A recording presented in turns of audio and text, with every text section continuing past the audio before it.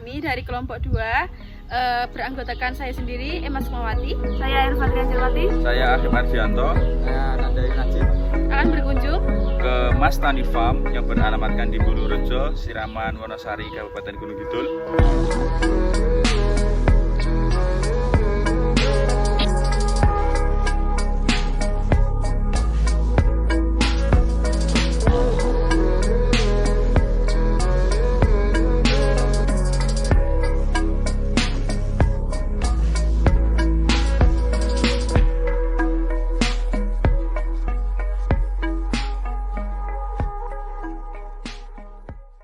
Sejarah berdirinya Kinan, kemudian olahan-olahan atau tanaman-tanaman yang ditanam di Kinan itu sendiri itu seperti apa.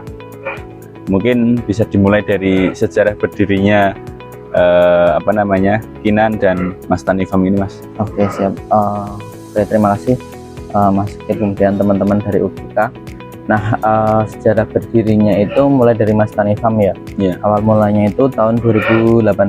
Nah, tahun itu secara singkatnya itu saya mengambil keputusan untuk resign. Kemudian di saat itu 1 minggu sih saya keliling untuk melihat meninjau usaha apa yang bisa saya lakukan di bisa kayak gitu. Ada beberapa opsi kayak gitu dulu. Namun dari beberapa opsi itu, cara sumber daya yang saya miliki dan dari segi dana yang saya punya saat itu yang paling mudah itu pertanian sama peternakan. Karena dulu itu ada 2 sih opsinya, antara pertanian peternakan sama pembukaan ini toko alat tulis kayak gitu. Nah, yang tak ambil yang pertanian dulu karena waktu itu tuh melihat orang tua senang tani sama senang ternak kayak gitu. Nah, mulai dari situ kemudian buat irigasi, ngebur kayak gitu. Kemudian habis itu ini bantuin orang tua dulu lah. Kita kan saya kan belum tahu karena basicnya juga nggak pure dari pertanian kayak gitu.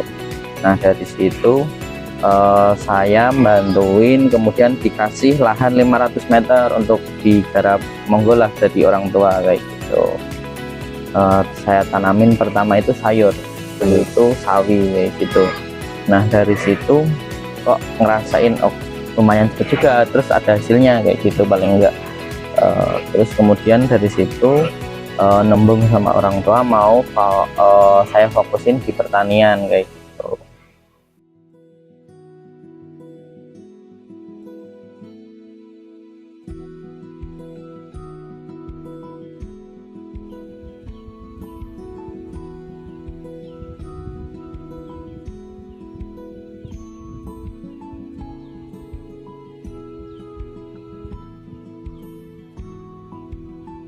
packaging tentang melon, buah melon.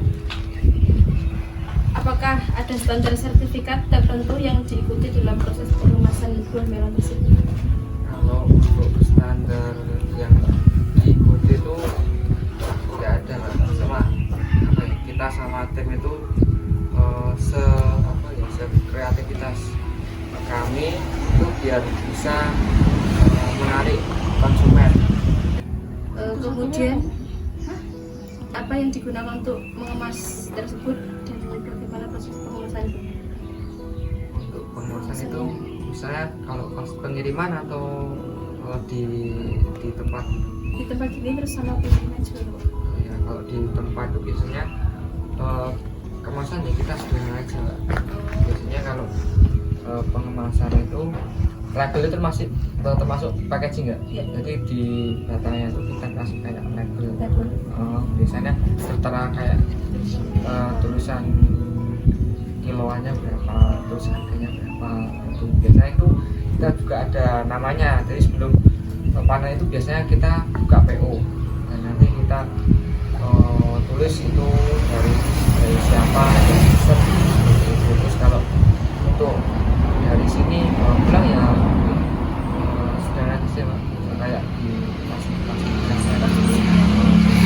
Terus kalau pengiriman biasanya kita pakai kardus biasa aja, kardus biasa, terus diisi misalnya kapasitas kardusnya itu ada berapa, misal ada 5 atau 6, nanti di selasanya itu kita kasih kayak apa ya, mungkin seperti busa atau kepak kertas atau koran yang sekiranya itu nanti percaya itu si buah tidak saling bertubuhkan dan tidak rusak gitu.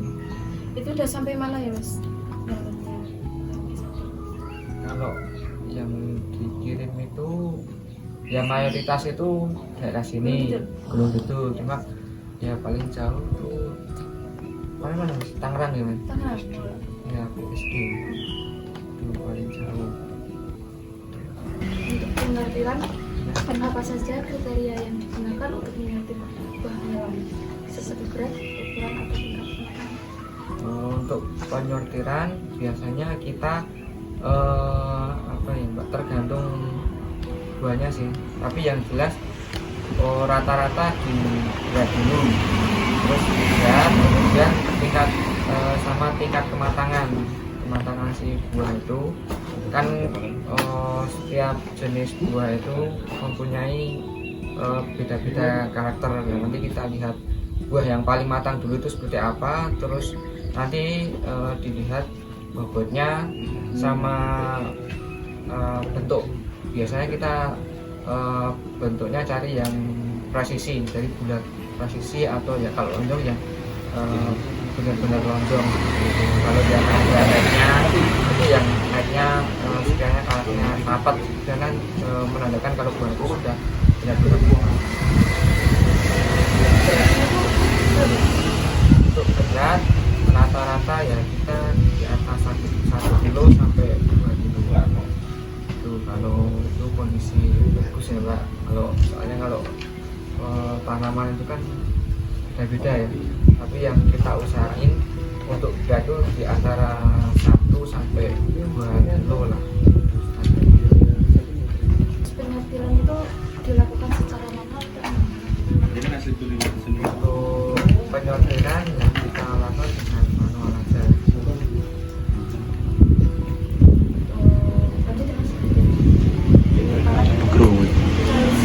berarti dengan yang tersedia untuk penyimpanan pemilang sebelum distribusi?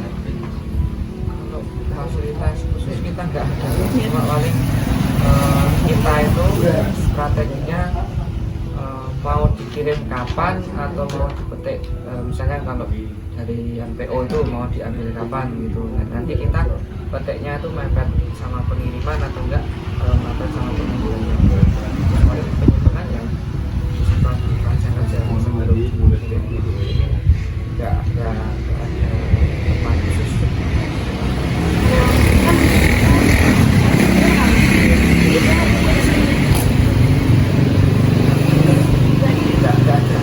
Kita nggak terlalu dalam seperti ini. Ya, petik, kalau PO petik. Jadi untuk kalau penyimpanan kan biar bisa tahan gitu. Nah, kita strateginya seperti itu.